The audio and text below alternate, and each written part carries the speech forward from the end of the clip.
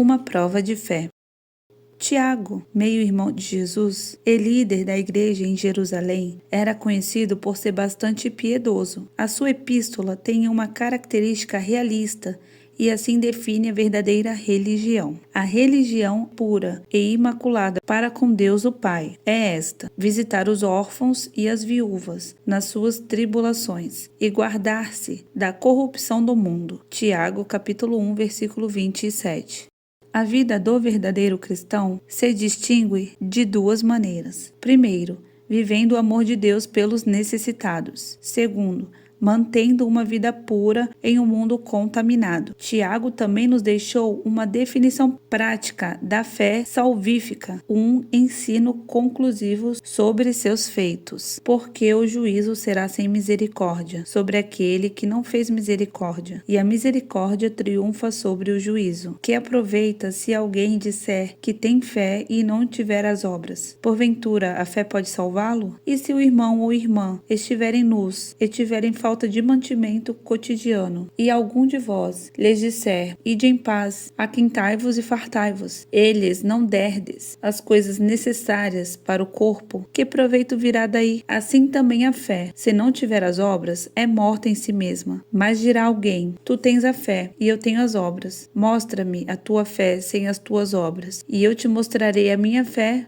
pelas minhas obras. Tu crês que há um só Deus? Fazes bem. Também os demônios os creem e estremecem. Mas, ó homem vão, queres tu saber que a fé sem as obras é morta? Tiago, capítulo 2, versículo do 13 ao 20. À primeira vista, pode parecer que Tiago estava questionando os ensinamentos do apóstolo Paulo. Afinal, este sempre afirmou que a salvação não é alcançada por meio de obras, mas sim pela fé. No entanto, uma análise mais detalhada do assunto comprova não haver contradição entre os dois servos do Senhor. Matthew Henry explica essa passagem das Escrituras. Quando Paulo diz que a justificação vem pela fé, independentemente das obras da lei, Romanos capítulo 3, versículo 28, ele se refere a um tipo de obra diferente daquela descrita em Tiago, mas não a um tipo de fé diferente. Paulo fala de obras realizadas em obediência à lei de Moisés, antes de os homens abraçarem a fé do Evangelho. O apóstolo precisou lidar com pessoas que se valorizavam demais em razão das obras praticadas, a ponto de rejeitarem o Evangelho, como expresso no início de Romanos capítulo 10. Tiago, porém, tratou de obras feitas em obediência à palavra, como também falou dos efeitos e dos frutos da fé sólida, crença em Cristo Jesus. Ambos estavam preocupados em ressaltar a fé cristã, que sozinha é capaz de salvar e justificar, enquanto Paulo a ressalta mostrando a ineficácia da obra da lei antes da fé, ou em oposição à doutrina da justificação por Jesus Cristo. Tiago ressalta essa mesma fé, mostrando quais são as suas operações e seus frutos genuínos e pertinentes. Somente pela fé nós somos colocados na condição de justificados. Então as boas obras chegam para completar a nossa justificação no último grande dia. Vinde, benditos de meu Pai, possuí por herança o reino que vos está preparado desde a fundação do mundo, porque tive fome e deste-me de comer. Mateus capítulo 25, versículo 34 e versículo 35. Ninguém é salvo pelas obras. A salvação é resultado da combinação da graça de Deus com a fé pessoal. Veja Efésios capítulo 2, versículo 8. No entanto, quem pensar estar livre para fazer o que quiser após a conversão entre aspas, deve considerar o alerta de Jesus, porque o Filho do Homem virá na glória do seu Pai, com os seus anjos, e então dará a cada um segundo as suas obras. Mateus capítulo 16, versículo 27. E os que fizeram o bem serão destinados, sairão para a ressurreição da vida, e os que fizeram mal para a ressurreição da condenação. João capítulo 5, versículo 29. Aos membros da igreja em Roma, Paulo escreveu: ou desprezas tu as riquezas da sua benignidade e paciência e longanimidade, ignorando que a benignidade de Deus te leva ao arrependimento, mas segundo a tua dureza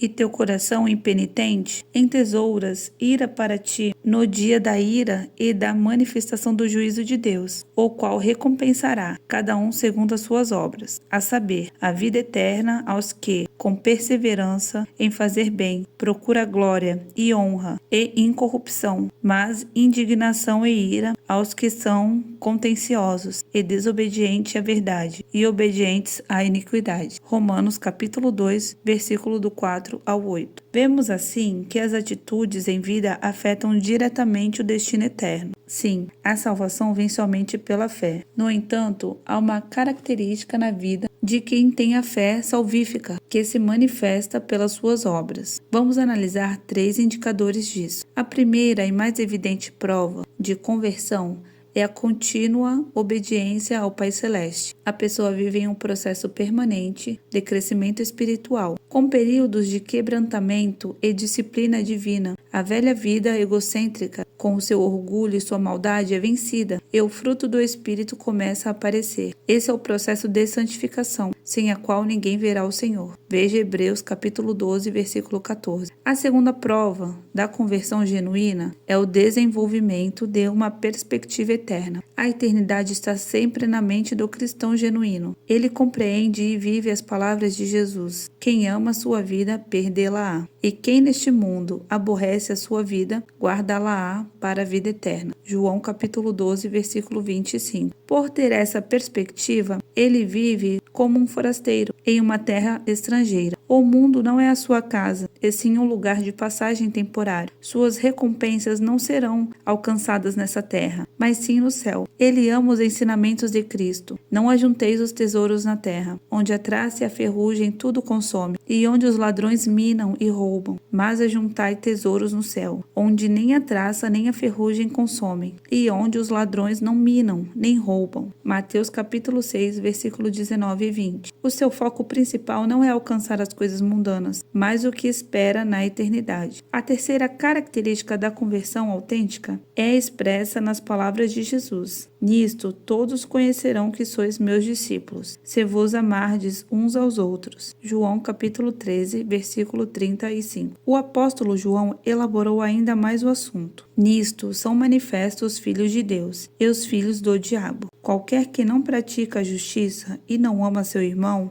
não é de Deus, porque é a mensagem que ouvistes desde o princípio, que nos amemos uns aos outros. Não sabemos que passamos da morte para a vida, porque amamos os irmãos. Quem não ama seu irmão permanece na morte. Conhecemos o amor nisto, que ele deu a sua vida por nós, e nós devemos dar a vida pelos irmãos. Quem, pois, tiver bens do mundo, e vendo o seu irmão necessitado, lhe cerrar o seu coração, como estará nele o amor de Deus? 1 João, capítulo 3, versículo do 10 ao 11. 1 João, capítulo 3, versículo 14. 1 João, capítulo 3, versículo 16 e 17. João escreveu essa passagem das Escrituras para ajudar quem busca a Deus com sinceridade a perceber se foi ou não regenerado de fato. Quem tiver o desejo verdadeiro de saber se passou da morte para a vida, será capaz de avaliar isso mediante o amor pelos seus irmãos. Ter o amor de Deus fluindo em seu interior é o único sinal seguro da fé viva e verdadeira. Do mesmo modo, a falta dessa evidência deve ser motivo de preocupação.